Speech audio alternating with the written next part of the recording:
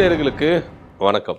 தாவேகா MLA பல்லவி அவங்க செய்யற காரியம் கொஞ்சம் கூட நல்லாவே இல்லை. ஏன்னா மேயர் பிரியா விவகாரம் வந்ததுல அப்போ கூட தாவேகா எம்எல்ஏ பல்லவி அவர்களுக்கு எந்த அளவுக்கு ஆதரவு வந்தது அப்படின்றதெல்லாம் நம்மளுக்கு தெரிஞ்ச விஷயம். ஆனா அவங்களுடைய செயல்பாடுகள் என்ன அப்படின்றது முகசுளிக்க வைக்குது. அது உங்களுடைய தனிப்பட்ட அலுவலகமோ இல்ல கட்சி ஆபீஸோ கிடையாது, எம்எல்ஏ ஆபீஸ், கவர்மெண்ட் ஆபீஸ். அப்படி இருக்கும்போது அந்த இடத்துல போயிட்டு என்ன பண்றாங்க, குழந்தைகளை தாளாட்டிட்டு என்ன பண்றாங்க, ரீல்ஸ் எடுத்து போறாங்க. என்ன மேடம் நினைச்சுட்டு இருக்கீங்க? அது எம்எல்ஏ ஆபீஸ் மேடம், உங்க வீடு கிடையாது.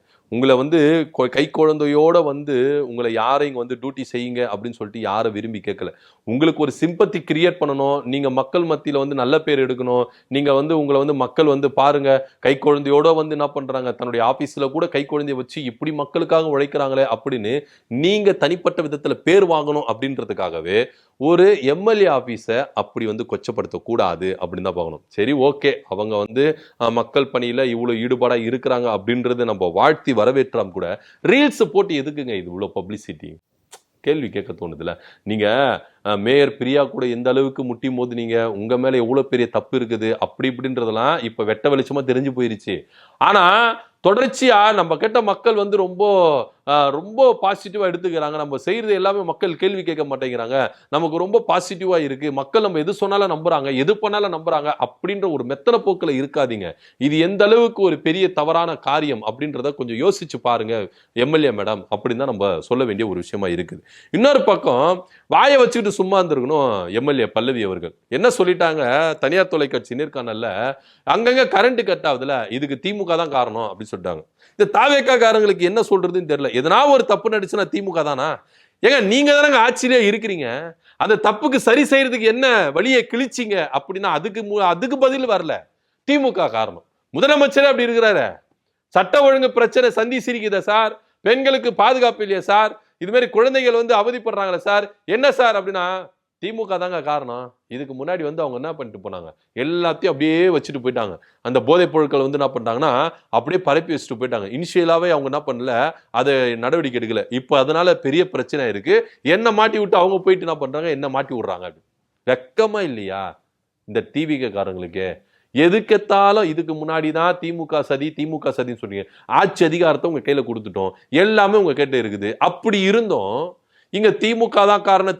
அப்போ திமுக நல்லது செஞ்சா நீங்க இப்ப திமுக ஆட்சி காலத்துல நல்லது செஞ்சா அது ஒத்துக்குனீங்களா? திமுக தான் காரணம்னு நான் கேட்கறேன். அது ஒத்துப்பீங்களா? ஒத்துக்க மாட்டீங்க. தப்பு செஞ்சா மட்டும் திமுக காரங்க. ஆனா பேரு புகழ்லாம் வருதுலாம் பாத்தீங்கன்னா இவங்களுக்கு. உதாரணத்துக்கு நகராட்சி அமைப்புகள்லாம் சிறந்த நகராட்சி அமைப்புன்னு சொல்லிட்டு சென்ட்ரல் கவர்மெண்ட்ல இருந்து ஒரு சர்டிபிகேட் கொடுத்தாங்க.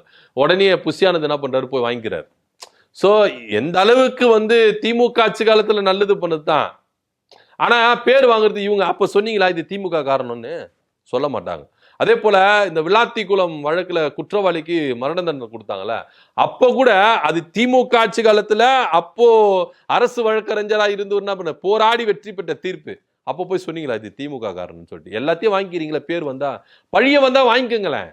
ஏன் அடுத்தவங்க கிட்ட சாட்டி விடுறீங்க திமுகன்னு? எங்க திமுக ஆட்சி காலத்துல இப்படி கரண்ட் பிரச்சனை வந்தது இல்லைங்க. அதை முதல்ல தெரிஞ்சுக்கோங்க.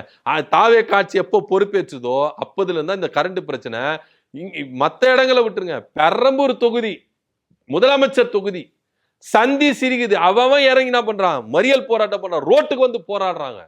பெரம்பூர் தொகுதி சிஎம் தொகுதி இப்படி இருக்குதுன்னு சொல்லிட்டு, ஏற்கனவே சிஎம் தொகுதியா இருந்த கொளத்தூர் அங்கேயும் என்ன பண்ணுறாங்க, கரண்ட் பிரச்சனை சொல்லிட்டு மக்கள் வீதிக்கு இறங்கி போராட ஆரம்பிச்சிட்டாங்க. ஆனா இந்த அரசு ஈஸியா என்னமா பண்ணுது, அது பொறுப்பேற்றுக்காம மக்கள் கஷ்டப்படுறாங்களே, மக்கள் ரோடுக்கு போராடுறாங்களே அப்படின்ற கொஞ்சம் கூட பொறுப்புணர்ச்சியா இருந்து எடுத்துக்காம அலட்சிய பண்ற விதமா திமுக காரங்க எல்லாத்தையும் சதி செய்யறாங்க.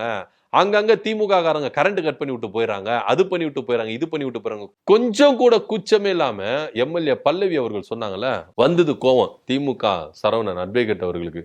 போட்டாருங்க கேஸ். இன்னும் 3 நாள் மன்னிப்பு கேட்கல, இதை சட்ட ரீதியா நான் நான் பண்ணுவேன், எதிர்கொள்வேன் அப்படின்னு சொல்லிட்டு ஒரு நோட்டீஸ் ஒன்று அமைச்சிருக்கிறாரு எம்எல்ஏ பல்லவி அவர்களுக்கு. எடுத்தவங்க ஒருத்தோன்னு சொல்லிட்டு ஆராயாம எல்லாத்துக்கும் சொல்லிடாதீங்க திமுக காரணத்துக்கு. இதுக்கு முன்னாடி திமுக காரணம் இருக்கும்போது இந்த திமுக காரங்க எல்லாருமே சும்மா இருந்தாங்க. எதுவுமே நடவடிக்கை எடுக்கல, ஆக்ஷன் எடுக்கல. இன்னும் சொல்ல போனா கரூர் வழக்குல கூட எந்த ஒரு அதிரடியான ஆக்ஷன் எடுக்காம சாஃப்ட் ஹேண்டில் பண்ணாரு அப்போதைய முதலமைச்சர் மு.க. ஸ்டாலின் அவர்கள். எல்லாருமே விமர்சனம் பண்ணாங்க, ஏன் இந்த திமுக வந்து இவ்வளவு இதுவா இருக்குது, ஏன் வந்து தாவேகா மேல ஆக்ஷன் எடுக்க மாட்டேங்கிறாங்க, அதிரடியாவே எடுக்க மாட்டேங்கிறாங்க, எல்லாத்தையும் விட்டு கொடுத்துட்டு போறாங்களே. முதலமைச்சரை கேவலமா பேசினாரு, உதயநிதியை கேவலமா பேசினாரு, திமுக அரசை கேவலமா பேசினாரு, எல்லாரையுமே கேவலமா பேசினார் விஜய் அவர்கள் பிரச்சாரங்கள்ல. ஆதவர்ஜனா பேசினாரு, அதே போல அருண்ராஜ் பேசினாரு, எல்லாருமே பேசினாங்க. ஆனா ஒரு நடவடிக்கை கூட எடுக்கல, ஒருத்தர் மேல கூட வழக்கு பாயவே இல்லை.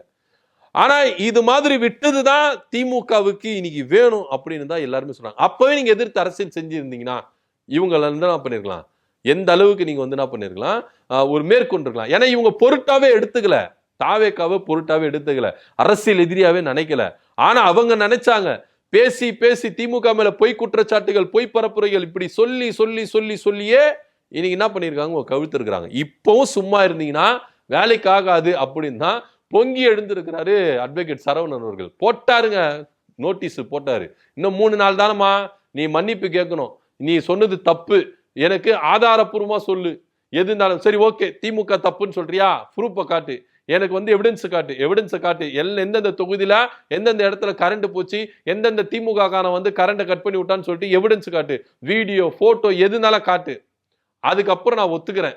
இல்லாட்டி 3 நாளுக்குள்ள என்ன மன்னிப்பு கேளு, மன்னிப்பு கேட்கலன்னா இதை சட்ட ரீதியா நான் என்ன பண்ணுவேன், எடுத்துட்டு போவேன் அப்படின்னு சொல்லிட்டு எம்எல்ஏ பல்லவி அவர்களுக்கு பயங்கரமான ஒரு செக் வச்சிருக்கிறாரு சரவணன் அவர்கள், திமுக சேர்ந்த சரவணன் அவர்கள். சோ இப்ப எம்எல்ஏ அவர்கள் என்ன பண்ண போறாங்க, ஏன்னா எதுக்கத்தாலும் வாய் விட்டுருது, எவ்வளோ சென்டிமெண்டலான விஷயங்கள்லாம் பண்ணாங்கங்க. அது சரி, ஓகே, அதெல்லாம் கடந்து போயிடலாம் அப்படின்னு பார்த்தா இப்போ மின்வெட்டுக்கு என்ன ரீசன், அதுக்கு ஒரு ப்ராப்பரா ஒரு பதில சொல்லுங்க. சரி, ஓகே, மின் பகிர்மானத்துல ஒரு பிரச்சனை, ஏதோ ஒரு டெக்னிக்கல் பிரச்சனை இப்படின்னு சொல்லியிருந்தா கூட நம்ம என்ன பண்ணிருக்கலாம், சரி ஆமா உண்மைதாங்க, டெக்னிக்கல் ப்ராப்ளமா இருக்கும், ஏன்னா வெயில் அதிகமா இருக்குது, ஸோ இந்த டைம்ல வந்து கரண்ட் எல்லாம் இதுவா இருக்கும், ஸோ அப்படி கூட நம்ம என்ன பண்ணிருக்கலாம், சர்வசாதாரணமா கலந்து போயிருக்கலாம். ஆனா திமுக காரணம் சொல்றீங்களா, கூச்சமே இல்லாம, இதெல்லாம் எங்க போய் சொல்றது நம்மளுக்கு தெரியல. ஆனா இதையும் ஒரு சில மக்கள்லாம் நம்புறாங்க. ஆமா, திமுக காரணம் தான் கரெக்ட், விஜய் ஆட்சி மேல வந்து கரப்படுத்தணும், விஜயை வந்து கலங்கப்படுத்தணும், விஜய் ஆட்சி சரியில்லை அப்படின்னு சொல்லிட்டு ஒரு குற்றத்தை வைக்கணும்ல, அசிங்கப்படுத்தணும்ல, அதுக்காகவே என்ன பண்றாங்க, கரண்ட் போய் கட்டுறாங்க. இன்னமும் இவங்க தான் போய் பார்த்த மாதிரியும், எந்த திமுக காரன் போய் கரண்ட் கட் பண்ணா நம்மளுக்கு தெரியல, எந்த திமுக காரன் போயிட்டு ஒயர் அறுத்த விட்டா நம்மளுக்கு தெரியல. இவங்களா கட்டுக்கதையை படுறது, இவங்களா நம்பிடுது, இவங்களா சொல்லிடுது, ப்ரூஃபை காட்டுங்கம்மா அப்படின்னு தான் திமுகவை சேர்ந்த சரவணன் அவர்கள் என்ன பண்றாரு, ஒரு கோரிக்கை வச்சிருக்கிறார். ஆனா இதுல இவங்க என்ன நடவடிக்கை எடுக்க போறாங்க, ஏன்னா 3 நாட்களுக்குள்ள இந்த அம்மா மன்னிப்பு கேட்கல அப்படின்னா அவரு சட்ட ரீதியா இதை கையில் எடுத்துட போறேன் அப்படின்னு சொல்லிட்டு அவரு ஒரு செக் பாயிண்ட் வச்சிருக்கிறாரு. பல்லவி அவர்கள் இதுக்கப்புறம் என்ன பண்ண போறாங்க அப்படின்றதான் ஒரு பெரிய கேள்விக்குறியா இருக்குது. இதை பத்தியோட கருத்து என்ன அப்படின்னு கீழே கமெண்ட் பண்ணுங்க. நன்றி, வணக்கம்.